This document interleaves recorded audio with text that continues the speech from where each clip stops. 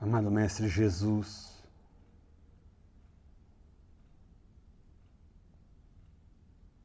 com muita alegria nos reunimos de novo neste templo de oração para darmos continuidade aos estudos da doutrina espírita. E para tanto, Mestre, a Ti rogamos que nos abençoes.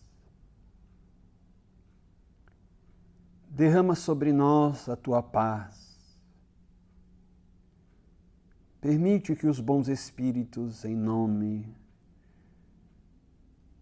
do Pai Teu, possam vir nos assistir neste trabalho, ajudar-nos na compreensão das lições que analisaremos, inspirar-nos os bons pensamentos, as boas resoluções e vitalizar-nos com os eflúvios superiores, para que tenhamos melhor resistências contra as investidas do mal em nosso cotidiano. Mestre amado. São tantas as dores, as calamidades individuais e coletivas espalhadas pelo orbe.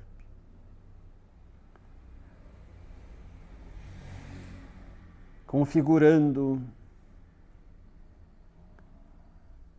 as expiações e provas dolorosas que anunciaste há 2 milênios para a nossa humanidade.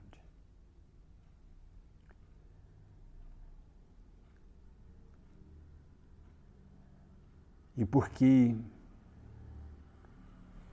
tamanhos acontecimentos nos sensibilizam a alma sobremaneira, fragilizando-nos, nós pedimos coragem e resignação, mas também o auxílio aos nossos irmãos, que mais diretamente estão sendo afetados por estas tribulações, para que a eles mais ainda sejam oferecidas a resistência moral, a coragem, a fé e também a resignação. Senhor, nós te agradecemos, porque sabemos que estás no leme desta grande nau, no comando de todos os fenômenos que têm ocorrido neste planeta. Tudo coordenando com sabedoria infinita, com misericórdia e amor, para que consigamos superar as nossas maiores imperfeições e coletivamente, individualmente, saiamos destas experiências aprimorados e prontos para um mundo de regeneração. Mestre, obrigado. Porque também sabemos que tens diminuído a intensidade das ocorrências, modulado a intensidade das dores para que consigamos suportá-las bem. Por tanto amor, por tanta misericórdia em favor de todos nós, a nossa gratidão. Recebe, Senhor, a nossa humilde oferta de carinho, de ternura, de amor. E ser bendito, hoje, amanhã e para sempre. Que assim seja.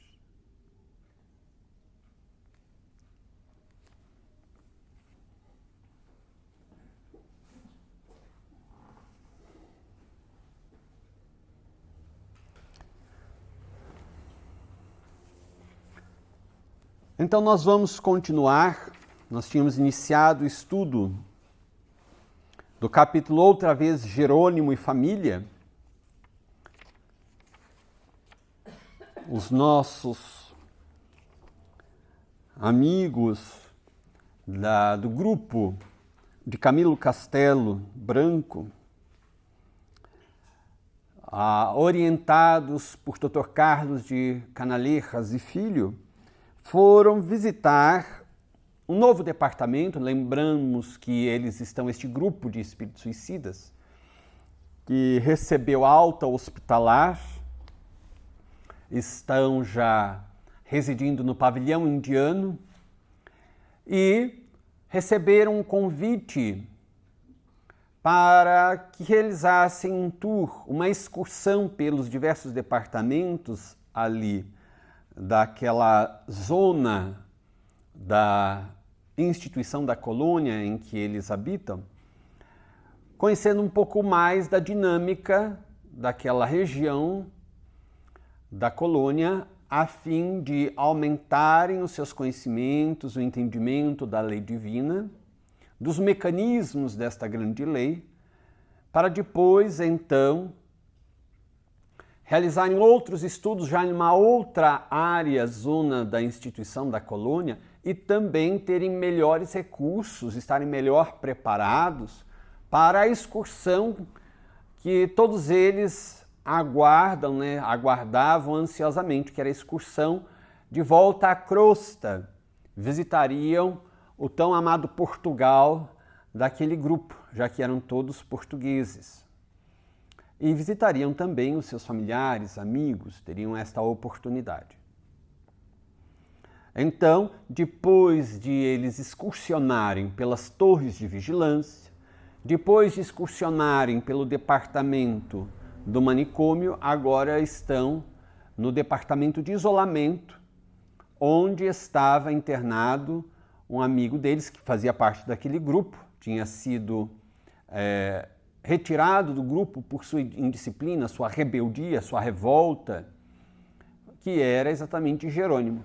Então, o Dr. Carlos Canalejas propõe ao grupo visitar, depois da visita ao manicômio, o departamento de isolamento, porque teriam a oportunidade de rever o amigo deles, porque afinal de contas eles tinham, por situações e injunções dolorosas, essas injunções os uniu.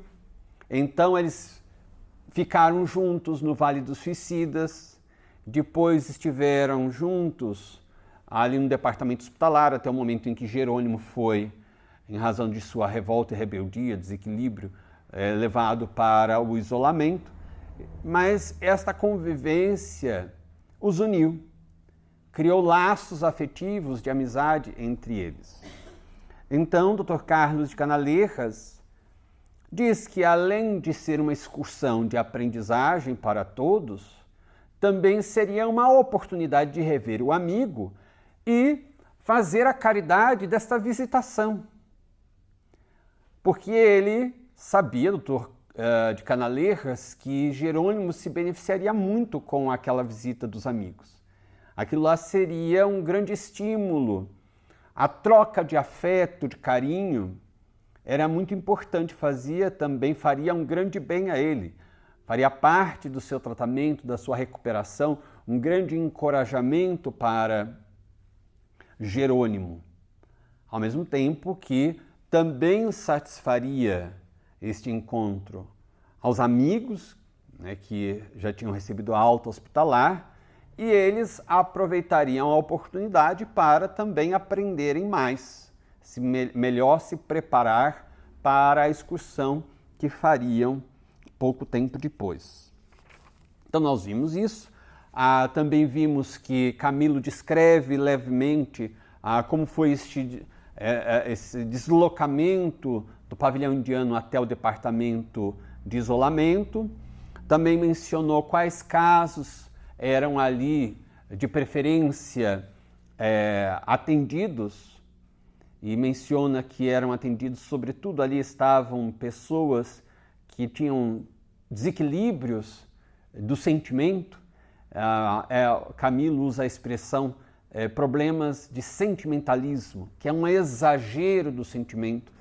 Então, ele menciona inclusive o caso do Jerônimo, que nós vamos ver com um pouco mais de detalhes hoje, que tinha sido pai e esposo, mas que teve um amor sentimentalista. Ou seja, esse sentimento de amor era um sentimento desequilibrado, seria talvez um pródromo do sentimento de amor verdadeiro. Muito mais ainda uma paixão, algo como uma posse ou um instinto ainda, com algum início de sentimento de amor. Não exatamente o verdadeiro sentimento de amor. E aqui fica bem claro que este sentimentalismo para com aqueles do nosso círculo familiar ou de amizade é muito prejudicial. A gente acha que aquilo lá é muito saudável e bom e que estamos fazendo um grande bem talvez às pessoas e a nós mesmos, mas aquilo lá é profundamente desequilibrante, perturbador. Então é necessário que nós também aprendamos a amar. As pessoas acham que todo mundo já nasce sabendo amar. No nosso estágio evolutivo, o que menos sabemos é amar. Jesus resumiu a lei de Deus em algo bastante simples, objetivo, de fácil fixação na mente. Amar a Deus sobre todas as coisas e ao próximo como a si mesmo. A lei de amor. Transcorridos estes 2 milênios, nos damos conta que ainda o sentimento de amor nós não o conhecemos verdadeiramente. Há sim exceções na Terra. Há almas que já conhecem melhor o sentimento de amor.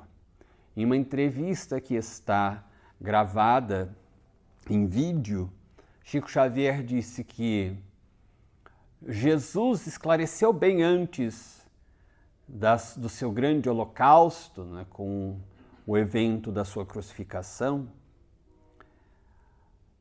dando um novo mandamento aos discípulos. Ele diz que, já se despedindo dos discípulos, ele dá um novo mandamento, que era referente ao amor, mas ele já tinha se referido ao amor várias vezes, resgatando o amor a Deus sobre todas as coisas e ao próximo como a si mesmo, que tinha já sido apresentado por Moisés.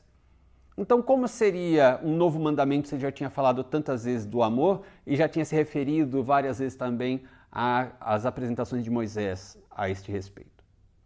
É porque, segundo Chico Xavier, inspirado por Emmanuel, ele apresenta que vos ameis uns aos outros como eu vos amei.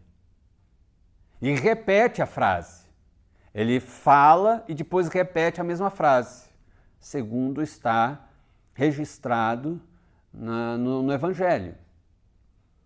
Que vos ameis uns aos outros como eu vos amei. Então, este como eu vos amei, ele dá o parâmetro do amor. O que é o amor realmente? E daí este parâmetro, a maioria das pessoas na humanidade não conhece. Por isso ele diz depois, ao final, na sua resposta, Chico Xavier, o amor dos homens, dos seres humanos ainda na Terra, diz ele, é muito próximo do amor dos animais. O amor dos animais o que é? Instinto. É um instinto de posse, de domínio, de exploração. Mas já é um instinto não puramente animal. Quando nós lemos sobre a lei de amor em O Evangelho segundo o Espiritismo, nas instruções, na parte das instruções dos Espíritos, o benfeitor espiritual, em sua mensagem, recebida mediunicamente, inserida ali no capítulo por Allan Kardec, diz: no início temos instintos, mais avançados e corrompidos temos sensações. Então é um sentimento de amor que ainda é muito próximo deste instinto animal, já corrompido. Então, nós precisamos aprender realmente a amar.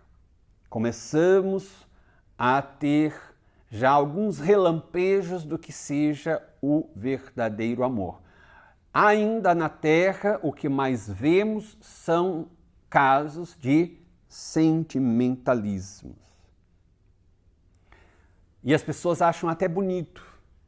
Nós já comentamos aqui sobre as músicas, as letras das músicas normalmente românticas, filmes românticos. Normalmente o que vemos ali são sentimentalismos. Por que é tão comum esses sentimentalismos nas canções, nos filmes, nas poesias, nos livros, né, nos romances? Porque é o estágio da humanidade. Os escritores, os letristas de músicas, aqueles que escrevem roteiros de filmes, com algumas exceções, são espíritos comuns, portanto, ainda neste nível muito baixo de evolução. Podem ser muito intelectualizados, mas moralmente e espiritualmente não são elevados.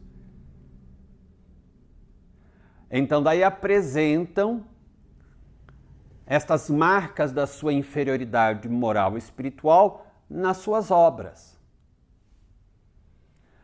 O grande problema é que a gente vê que este departamento de isolamento tem como especialidade reunir ali, tratar, cuidar, educar de espíritos que fracassaram em razão do seu sentimentalismo. Então, nós concluímos que sentimentalismo pode ser muito romântico, mas não é bom, não é saudável. Então, nós precisamos superar, não superaremos de uma vez, mas precisamos já ter esta consciência e começar a fazer esforços para superarmos o sentimentalismo e aprimorarmos o sentimento de amor. Porque assim evitamos desastres morais e espirituais também para nós e para aqueles que convivem conosco. Prejuízos também para os que convivem conosco. É muito importante isso. Porque daí nós começamos a fazer uma terapia moral, psicológica. A vida vai ficar sem graça sem esse sentimentalismo todo? Não. É evidente que não. A gente tem um receio porque, por enquanto, é o que temos vivido. Temos vivido há séculos e há milênios desta forma. Se isso nos é retirado, o que vem depois? Ué, nós estamos aqui estudando exatamente para isso. As coisas extraordinárias, recursos, experiências que são realmente de tirar o nosso fôlego. Experiências superiores que nós não compreendemos ainda e não temos condições muitas vezes de experimentar por enquanto, porque estamos no nível do sentimentalismo, mas se fizermos um pouco de esforço para começar a superar esse sentimentalismo, começaremos a perceber e ter experiências mais avançadas, mais sutis, muito mais complexas, muito mais elaboradas, muito mais belas, deslumbrantes. Daí, quando começarmos a ter essas experiências, vamos concluir, mas por que é que eu não abri mão daquilo antes? Perguntaram a Rossini. Foi um grande, nesta reencarnação como Rossini, um dos maiores músicos da humanidade. Rossini. O que ele achava das músicas da Terra, dos mais extraordinários músicos da Terra, das mais sublimes músicas na Terra? Ele disse assim, olha, pouco eu posso dizer. O que eu posso dizer a respeito da música na Terra? Eu que já não mais pertenço à Terra e conheço a música espiritual. O que eu posso dizer, com todo o respeito, é que a melhor música da Terra, para mim, hoje soa como barulho. Não tem a beleza da música que eu já conheço, que é a música espiritual das esferas superiores, e que ainda vós na Terra não podeis compreender. Mas a mais deleitosa música e sublime música da Terra não passa de um barulho perto da música das esferas superiores. Então, e os espíritos falam isso repetidas vezes na obra da Codificação Espírita. Os espíritos que, a não ser os espíritos muito materializados, que ficam presos à crosta, muito próximos da crosta, mas fora disso, os espíritos não se interessam diretamente pelas coisas materiais. Se interessam pelas pessoas que estão ainda reencarnadas, se mantêm vínculos afetivos com elas. Mas daí é o interesse de alma para alma. Com as coisas materiais, não. Se eles já estão desfrutando de uma realidade muito mais intensa, vívida, vibrante, interessante e bela, eles não vão ter mais interesse em alguma coisa mais monótona, mais grosseira.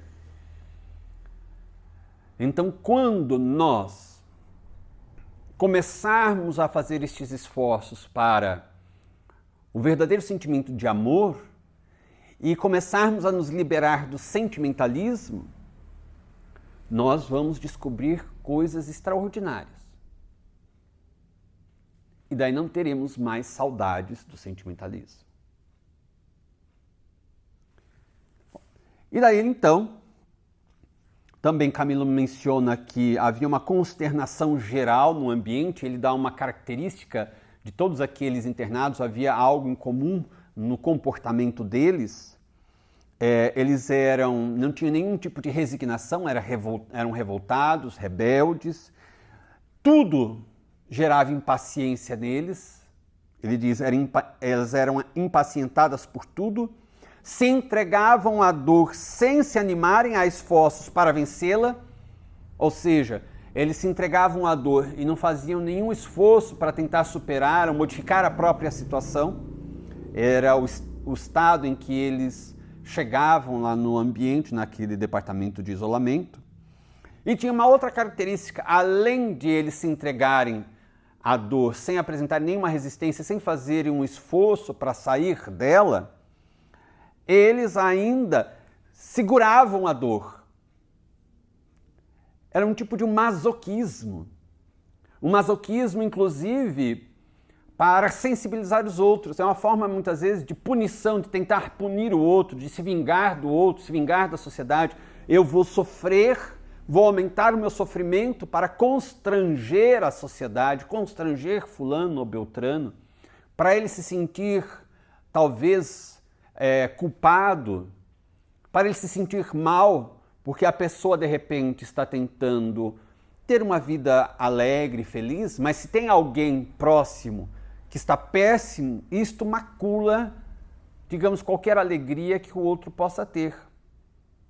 Do indivíduo chega ao ponto de o indivíduo ficar constrangido e sentir culpa de sentir alguma felicidade junto de alguém que está infeliz. Então, se entregavam à dor sem se animarem a esforços para vencê-la, retendo-a, antes com o exagero de um sentimentalismo doentio e piegas, ou seja, ridículo, enquanto engendravam novos motivos para sofrer, criavam problemas para sofrer, através de autossugestões pesadas que lhes envenenavam todos os instantes. A pessoa não tem um problema, mas ela fica criando problemas na mente. Esse é o tipo de comportamento muito comum na Terra. Muito comum. E a gente já viu aqui as consequências, então, para além do túmulo. Não necessariamente apenas para quem comete o suicídio. É muito grave o fato de a pessoa ficar criando problemas na cabeça. É um vício mental. A pessoa precisa corrigir este vício mental. É claro que a gente pode analisar uma situação e fazer uma avaliação dos riscos, dos problemas que podem surgir, para a gente talvez já melhor se preparar para uma eventual dificuldade. É natural. Mas a gente tem que saber, ter bem claro na nossa mente, que é uma probabilidade, é uma hipótese. Existe a hipótese da situação negativa e existe a hipótese da situação positiva e existe a hipótese de não acontecer nem para o bem, nem para o mal, simplesmente não acontecer nada. O que denota a enfermidade espiritual, mental, da alma, do comportamento, é exatamente o indivíduo diante das três possibilidades. Pode acontecer alguma coisa positiva, pode acontecer alguma coisa negativa no sentido que seja dolorosa, difícil, e pode não acontecer nada. Há essas três hipóteses, probabilidades. Mas o indivíduo se fixa na negativa e toma aquilo como algo que vai acontecer sem dúvida nenhuma. Como ele sabe? Aquilo lá só está na cabeça dele. Acontece que se ele mentaliza aquilo, ele vai criando a forma pensamento.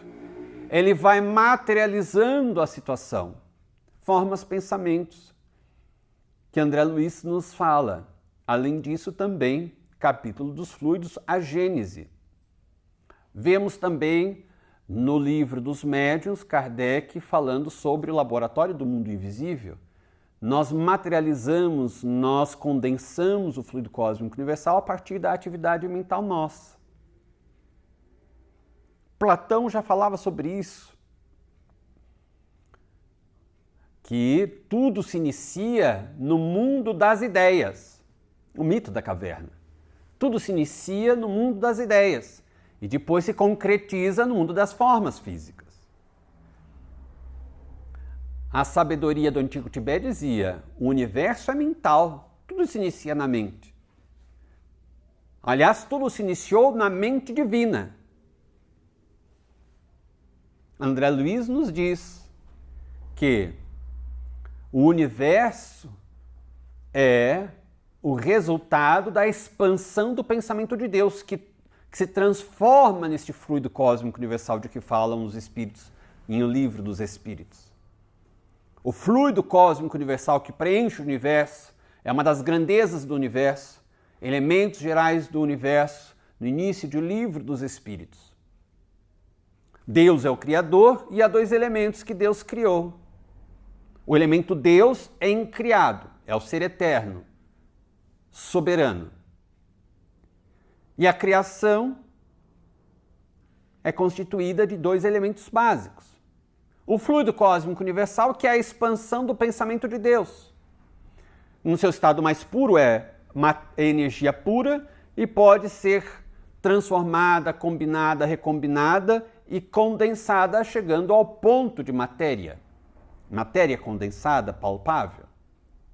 Mas é o mesmo fluido cósmico universal. É a expansão do pensamento de Deus, diz-nos André Luiz. E os espíritos, é o princípio espiritual que chegou à condição humana. É o segundo elemento da criação de Deus. O espírito é a condensação do pensamento divino, diz-nos André Luiz.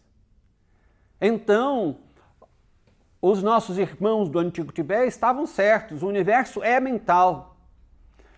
Jesus disse: podeis fazer tudo quanto eu faço e muito mais. Tudo se inicia na nossa ideação. Joana de Ângeles também esclarece bem o assunto na sua série psicológica, dizendo que qualquer realização concreta na Terra iniciou-se pelo pensamento. Na medida em que nós fixamos o pensamento e vamos repetindo, naquele foco, nós estamos alimentando e condensando o fluido universal em torno daquela ideia, daquela onda energética que é o nosso pensamento. E vai tomando forma, se condensando até chegar à sua concretização no campo das formas físicas. É o conhecimento também que, como nós já mencionamos, Platão nos oferecia. Então precisamos tomar cuidado. É natural que nós façamos uma análise das situações da nossa vida. É natural e até bom que nós tenhamos certas precauções, que sejamos previdentes e prudentes. E percebamos, analisemos as possibilidades de eventos. Mas sabendo que são possibilidades. Mantendo, portanto, a nossa paz, a nossa tranquilidade. Se acontecer algo positivo, eu agirei naturalmente. Serei muito grato, mas continuarei no meu caminho. Se acontecer algo negativo, eu verificarei no momento em que acontecer as possibilidades de solução daquele problema e continuarei, aproveitarei a experiência difícil como aprendizagem para aumentar meu cabedal de experiências evolutivas. E se não acontecer nada, não tem problema, porque eu vou continuar realizando a minha tarefa evolutiva. Então, isso é um exercício de sabedoria.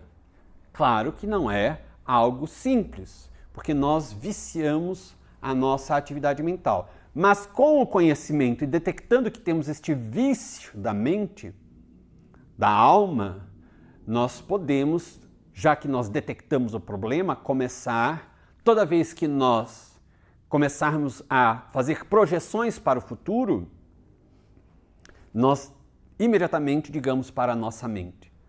Tudo bem. Mas são possibilidades que podem ocorrer ou não ocorrer. E ponto. Eu não vou ficar fixado, até porque há essa tendência negativa, sempre para o mal, sempre para o negativo. Em vez de eu fixar a possibilidade positiva e concretizá-la, buscar vitalizar com a minha mente, com a minha atividade mental, a possibilidade boa, por minha tendência, eu vitalizo a possibilidade negativa, a ideia negativa. Então procuremos corrigir a nossa mente. Corrigir a nossa mente.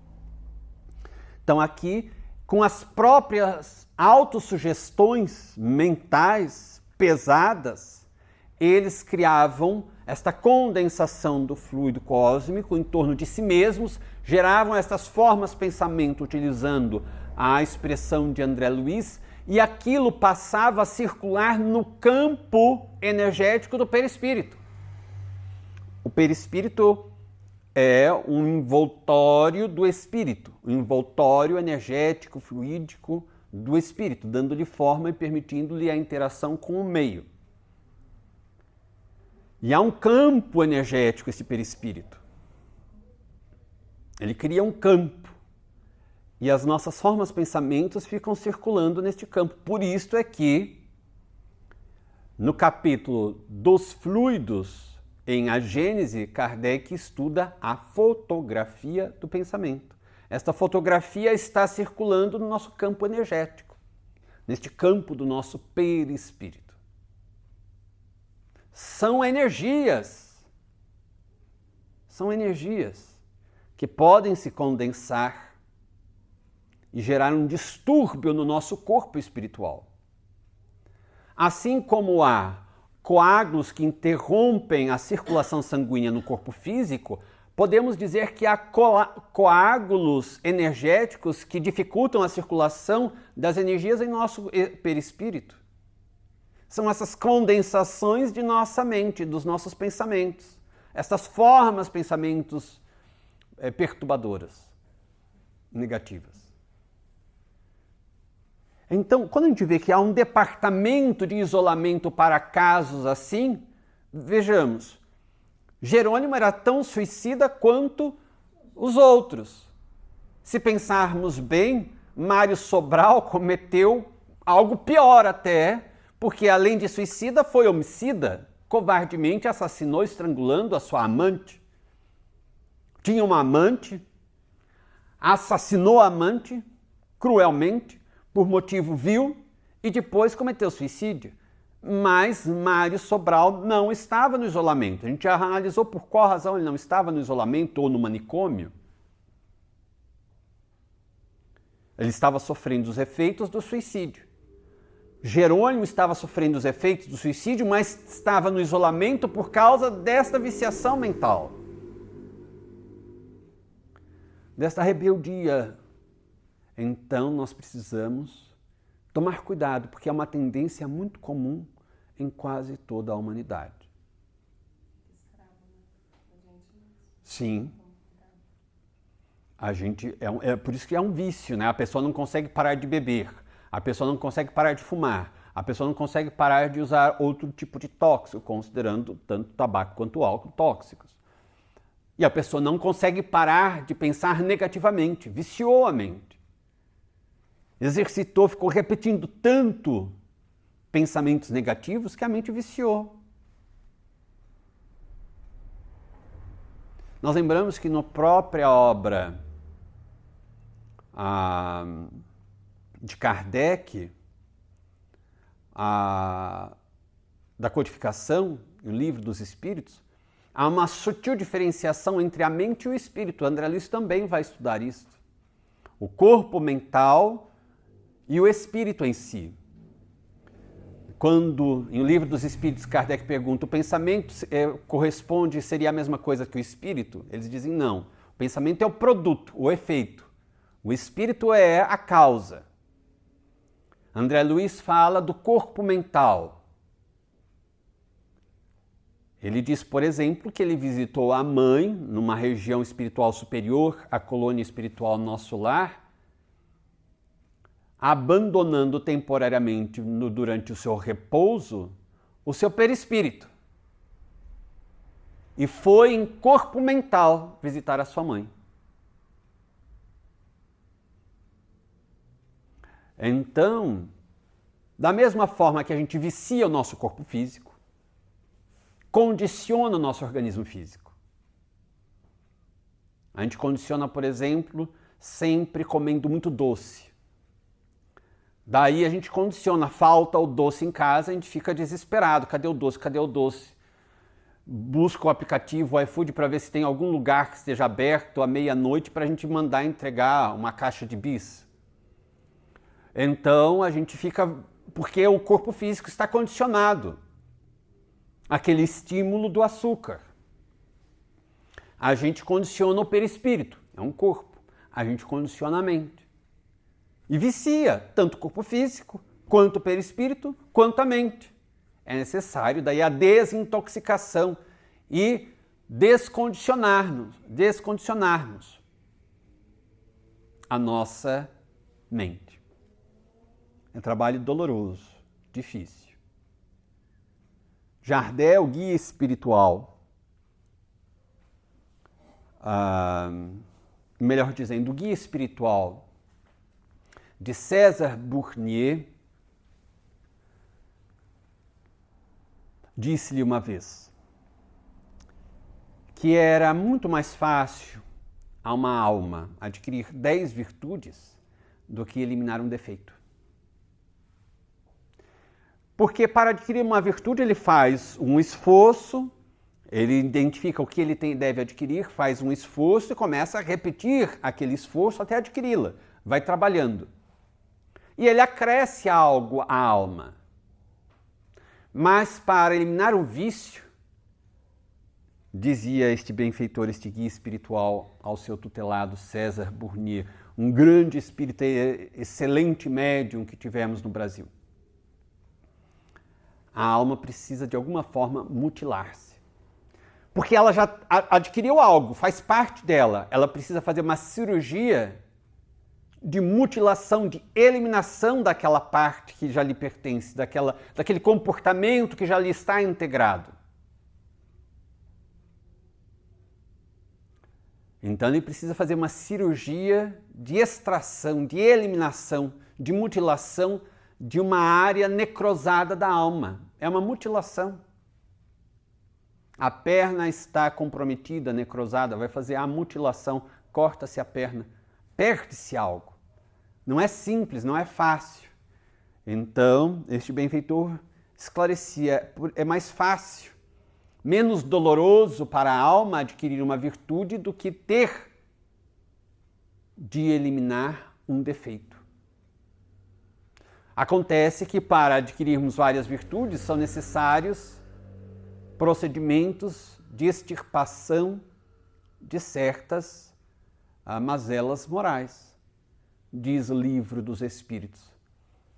O egoísmo neutraliza todas as virtudes.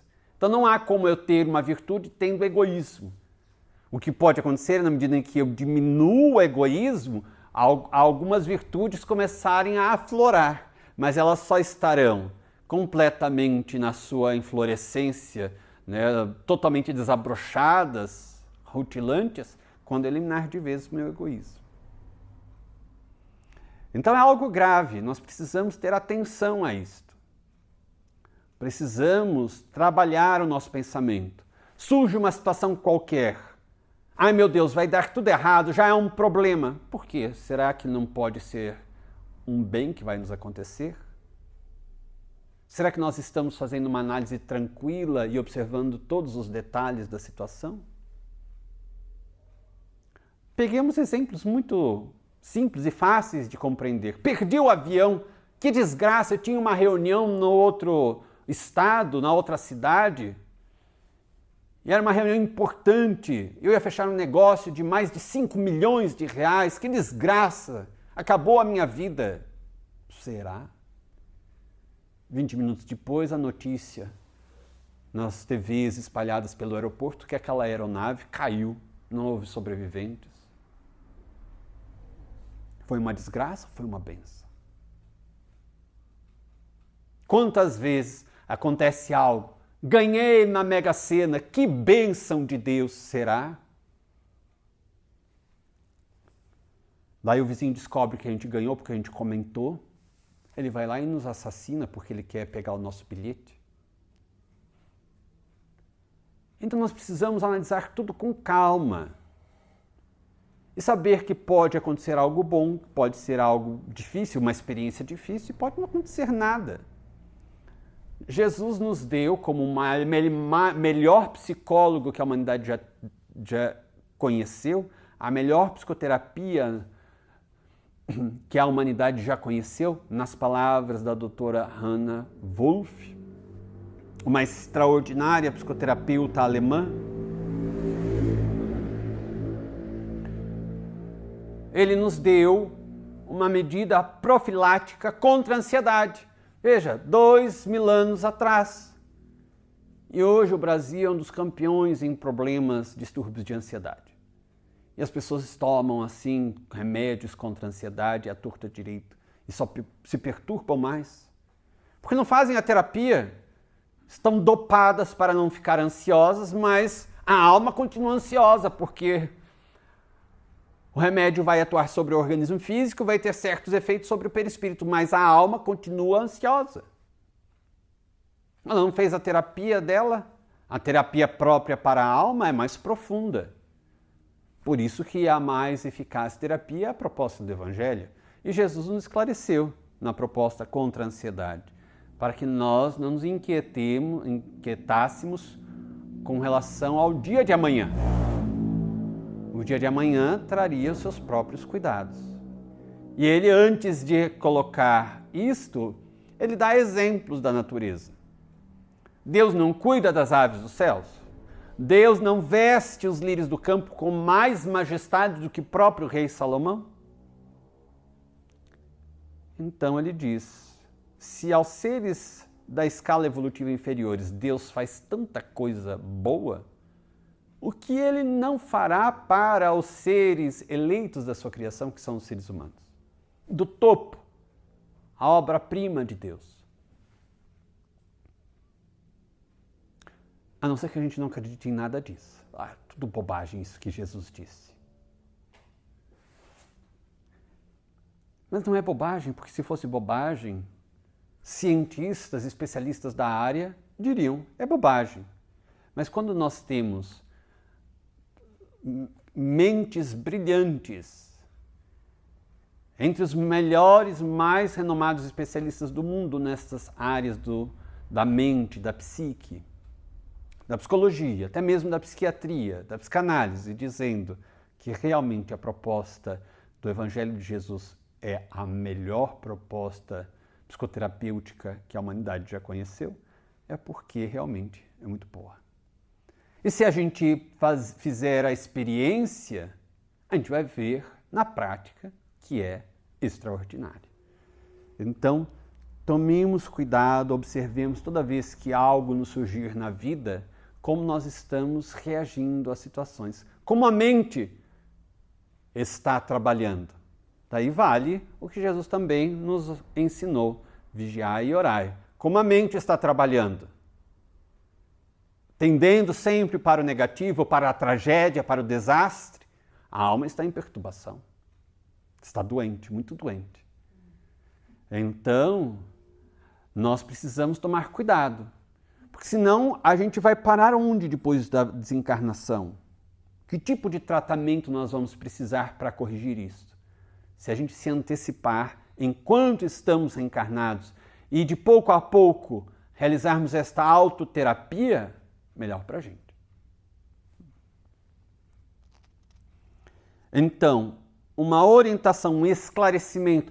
Em determinado ponto deste capítulo, Camilo diz, logo ao final deste capítulo, quase ao final, ele diz, amigo Jerônimo, nós estamos aqui ouvindo a sua experiência, estamos ouvindo o irmão, o sacerdote Santarém. E desde o início da fala de nosso irmão sacerdote, diretor deste Instituto de Isolamento, eu me dei conta de que, embora ele estivesse narrando, explicando a sua situação, ao mesmo tempo, com muito carinho, ele estava nos instruindo, nos orientando a nós outros, a mim e os meus colegas. Porque nós temos também muitos desses problemas. E ele sabe que nós precisamos nos preparar para a viagem que iremos fazer para a visitação de nossos familiares e amigos na Terra. Então, esta orientação que nós vimos neste capítulo, até agora, logo no começo, serve praticamente para a humanidade inteira. Inteira. O trabalho do grande pensador, filósofo Eckhart Tolle, germânico de nascimento, depois morou na Itália, morou na Inglaterra e hoje vive no Canadá. O trabalho dele é todo centrado numa proposta: o poder do agora. Ele diz, é muito difícil. E ele menciona repetidas vezes a proposta de Jesus que acabamos de nos referir. O dia de manhã trará os seus próprios cuidados. Não vos inquieteis com o dia de amanhã. A palavra preocupação é se ocupar antes. Pré-ocupação. Se ocupar antes. Se a gente se ocupa antes apenas fazendo uma análise das possibilidades e mais ou menos nos preparando para as possibilidades e ponto, e já encerramos o assunto, nós não gastamos tanto tempo assim e utilizamos o nosso tempo e a nossa energia para trabalharmos o que está acontecendo agora. O problema é que nós nos preocupamos demasiadamente, gastamos excessivo tempo com as possibilidades futuras que podem simplesmente não acontecer ou acontecer de maneira absolutamente contrária ao que nós estávamos pensando e gastamos também a nossa energia. Daí, quando chega o momento de realizarmos o esforço, utilizarmos a energia para a realização da questão que está agora posta na nossa vida, não temos mais cabeça. Não conseguimos mais raciocinar, estamos cansados, estamos desvitalizados, estamos sem força, estamos irritados, estamos deprimidos. E daí o que está agora acontecendo, que nós poderíamos facilmente resolver, nós não resolvemos. Daí isso vai virando uma bola de neve. Devemos resolver as questões do nosso dia. Planejamos, pensamos nas possibilidades do futuro, lembrando sempre que são meras possibilidades, até porque pode ser que no dia de amanhã, ao acordarmos, nosso corpo esteja morto, e daí nós não temos o que fazer com todos aqueles planos para o futuro.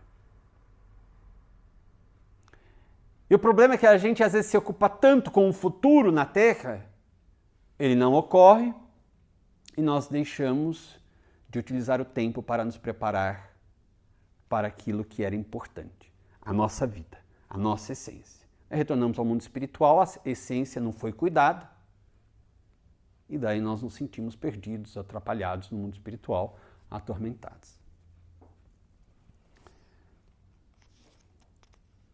Então aqui também é mencionado que a direção do departamento de isolamento era confiada a um sacerdote católico.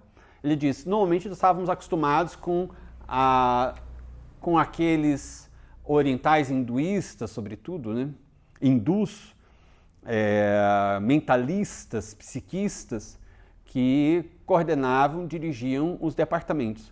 Mas uma, digamos, exceção, um caso que eles já tinham visto foi o das torres de vigilância e o segundo agora com este departamento do isolamento. E ele vai explicar depois por qual razão.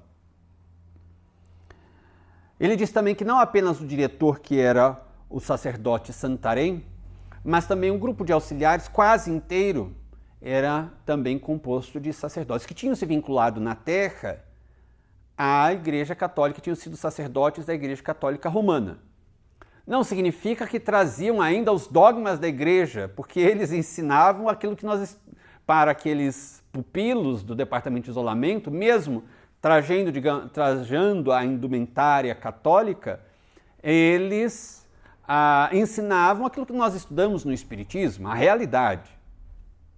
Então, os dogmas católicos que não têm o menor sentido não eram ensinados, inclusive eram esclarecidos. Olha, vocês aprenderam dessa forma, mas a realidade é esta daqui. Então, eliminando inclusive os preconceitos, as interpretações equivocadas das escrituras sagradas. Mas aqui também há uma menção de que, embora o diretor tivesse sido um sacerdote católico e mantinha esta apresentação no mundo espiritual, ele escolhia manter esta apresentação no mundo espiritual por uma razão, também nós vamos ver, mas que ele também tinha sido um iniciado na Terra. Certamente em outras reencarnações ele teve contato com as doutrinas iniciáticas, mentalistas. Diz aqui: se era ocupado por um sacerdote, este era também iniciado nas altas doutrinas secretas, era um iniciado das doutrinas secretas do passado dos mentalistas. Era um espírito de escola, possuidor de méritos assinalados perante a lei e benquisto na legião dos servos de Maria, além de honrosamente graduado no seio da falange de cientistas que governavam o Instituto Correcional Maria de Nazaré. E depois um detalhe na sequência. A disciplina no Instituto era verdadeiramente conventual. Conventual de convento. Aquela estrutura dos mosteiros, dos conventos católicos, de extrema disciplina. Qual a razão disso? Os pupilos tinham como característica marcante, comum, serem indisciplinados. Rebeldes. Não gostavam de seguir regras. Não gostavam de se subordinar a nada nem a ninguém. No mosteiro, num convento, há a madre superiora, a monja, né, que vai coordenar os trabalhos. Há também um religioso que é o chefe, né, do mosteiro, por exemplo. E ele ali aplica a ordem ao dever de obediência. Se num convento, num mosteiro, os subordinados não obedecem, eles recebem punições.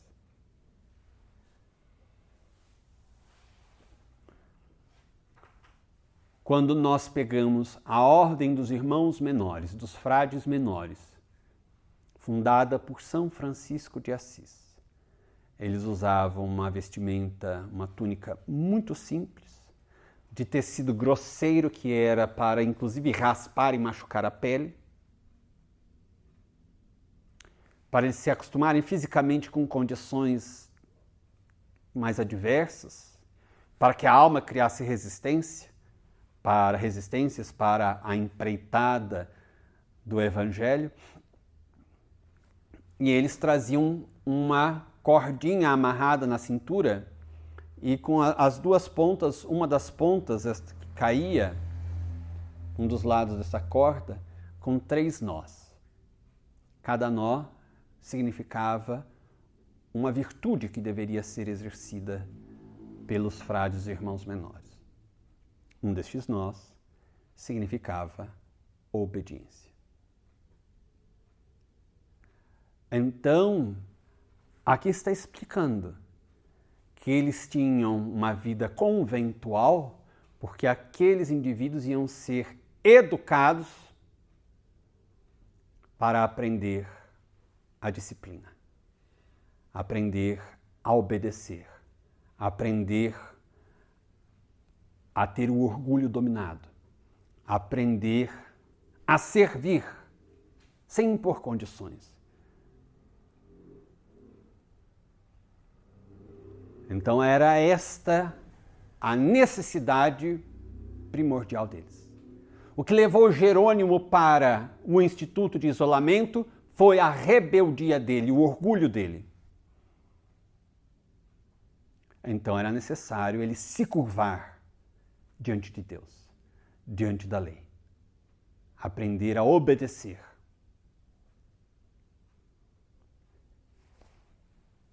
Aqui na sequência diz: urgia fossem afastadas, a razão de eles viverem dentro daquele regime disciplinador. Urgia fossem afastadas daqueles eternos insatisfeitos e voluntariosos. Voluntarioso significa que age apenas seguindo a própria vontade, os seus caprichos, sem reflexão, sem seguir ordens, sem obedecer a disciplinas. Então eles eram insatisfeitos constantemente, porque nunca nada estava satisfeito, eles querem sempre mais, são os caprichos, né? São as vaidades, o orgulho, e eram voluntariosos, portanto indisciplinados, queriam se impor, queriam fazer do jeito que queriam. Então eles tinham de ser disciplinados nisso. As disciplinas teriam de realizar a educação daquelas almas nestes quesitos. Urgia fossem afastadas daqueles eternos insatisfeitos e voluntariosos as atrações pelas paixões mundanas e pessoais. Vejam, paixões mundanas. Quando falamos em paixões mundanas, não são apenas assim, paixão mundana significa que o indivíduo quer um carro novo, uma casa grande, um emprego ótimo, um excelente salário. Qualquer coisa que diga respeito à vida transitória é uma paixão mundana. O indivíduo que adora aparecer é uma paixão mundana. O indivíduo que quer ter destaque é uma paixão mundana. O indivíduo que é sentimentalista com relação aos familiares é uma paixão mundana. Aqueles familiares são consanguíneos dele nesta reencarnação. Pode ser que na próxima não seja nada consanguíneo. Seja consanguíneo de outras almas.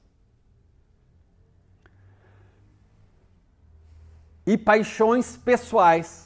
Egoísmo. Um indivíduo que só está satisfeito se os seus interesses são satisfeitos, atendidos. Então, um indivíduo que o tempo todo pensa primeiro em si em detrimento do conjunto, bom, se está bem para mim, não importa o resto. Tem de ser corrigido isso também. Porque se nós estamos falando em evangelho, e aqui há de se ter muito cuidado, não estamos fazendo nenhuma referência a ideologias políticas. Falemos sobre o sentido da palavra socialismo, não tendo nada a ver com ideologia política, mas o socialismo do evangelho. O Evangelho é uma proposta socialista no sentido que propõe-nos uma nova modalidade de vida social. Qual modalidade? Renunciar ao ego, ao egoísmo, em favor do altruísmo, em favor do coletivo. O que eu quero? Não.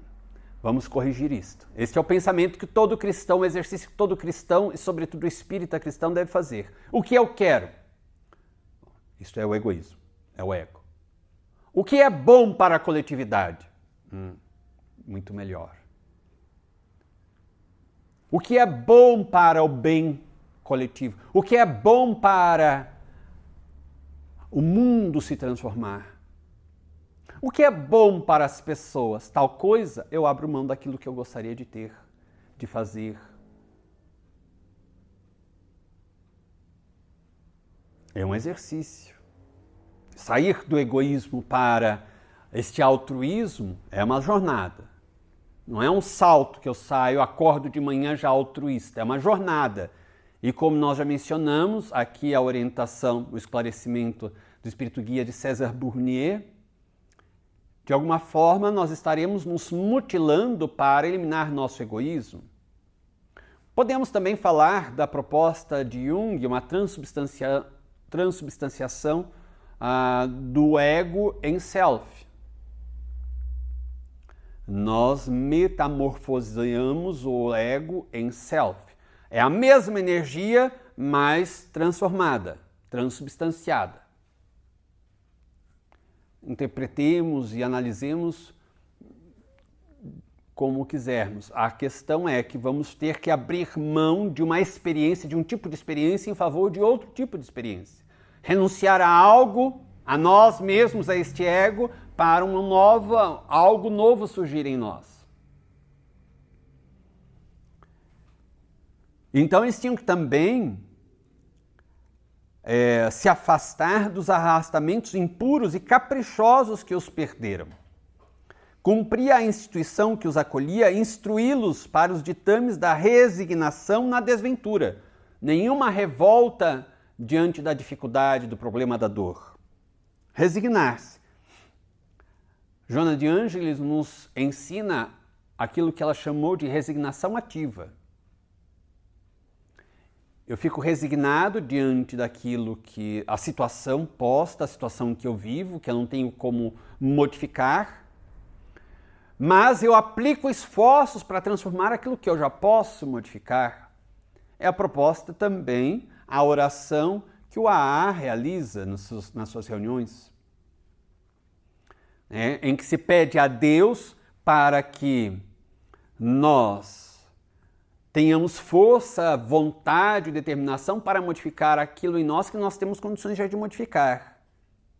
Para termos resignação diante dos fatos, das situações diante de nós ou das coisas em nós que ainda não temos condições de modificar. E para que Deus nos ajude a ter discernimento para distinguir uma coisa de outra. É a oração realizada no AA ou nos AAs. Então, nós precisamos também assim proceder. Joana de Ângeles, então, fala-nos da resignação ativa. Cumprir a instituição que os acolhia e instruí-los para os ditames da resignação na desventura, para as resoluções decisivas, para as renúncias inalienáveis. Não temos como deixar de fazer isso, não temos como transferir isto, reconciliando-os ainda com a verdadeira fé cristã, que até então desprezavam conhecer à luz do devido critério. A falta de fé lógica, raciocinada, que o Espiritismo nos propõe. E há um grande problema no movimento espírita, porque o Espiritismo surge com uma nova proposta de fé, uma fé raciocinada, que tudo analisa, que faz tudo passar pelo crivo da razão. Isso está desde o início do estudo do Espiritismo apresentado-nos por Allan Kardec e pelos espíritos superiores. O grande problema do movimento espírita é que uma grande massa de espíritas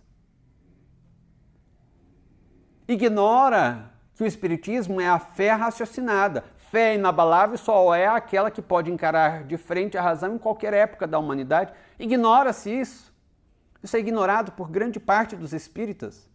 Daí os espíritas, ou ditos espíritas, aceitarem sem a menor análise, sem o menor critério, qualquer coisa estapafúrdia que seja apresentada em palestras por aí, nos vídeos, nos canais de YouTube ou de outras redes sociais, textos sem o menor cabimento, sem nem pé nem cabeça, que contrariam, afrontam os princípios basilares do Espiritismo. E as pessoas que se dizem espíritas, portanto, que assumimos terem uma fé raciocinada, aceitam e divulgam como verdades. Mentiras têm sido apresentadas e divulgadas nas redes sociais com o nome de espiritismo, que colocam ali fotos de médiuns famosos, nomes de espíritos conhecidos. E as pessoas dizem, é uma mensagem do Dr. Bezerra de Menezes. Será? Leu, por acaso, o livro dos médiuns? Leu o Evangelho segundo o Espiritismo, que fala dos falsos cristos e falsos profetas, inclusive os falsos profetas da espiritualidade, do mundo espiritual, os espíritos que enganam as pessoas com mensagens sem nenhum maior sentido ou com conteúdos negativos, contrários às virtudes, contrários aos postulados do evangelho e da doutrina, e assinam com nomes respeitáveis para iludir as pessoas incautas, não leram. Não estudaram, como se dizem espíritas. Sem raciocínio, sem critério lógico, não são espíritas. Isto não é um espiritismo. Essa é uma caricatura do espiritismo. Isto é um falso espiritismo. Não é o espiritismo verdadeiro. O espiritismo é fé raciocinada. Mesmo o indivíduo iletrado que não sabe ler ou escrever direito, ouvindo os ensinamentos da doutrina espírita, terá condições de raciocinar. E se alguém lhe diz algo, ele diz, mas isso não tem lógica, não tem fundamento. Este será um espírita verdadeiro. Este passará tudo pelo crivo da razão. Antes de levar adiante qualquer informação, ele passará esta informação pelo filtro da lógica, da razão, do bom senso. Então, aqui eles teriam também de ser educados nesta questão da fé raciocinada, porque a maioria tinha sido na Terra vinculada ao credo da Igreja Católica Romana. Mas também diz aqui logo em seguida que a maioria tinha esta vinculação pro forma, não uma fé autêntica. Então, aqui eles teriam de ter esta correção também da questão da fé religiosa. Tudo bem até aqui? Algum comentário, alguma dúvida?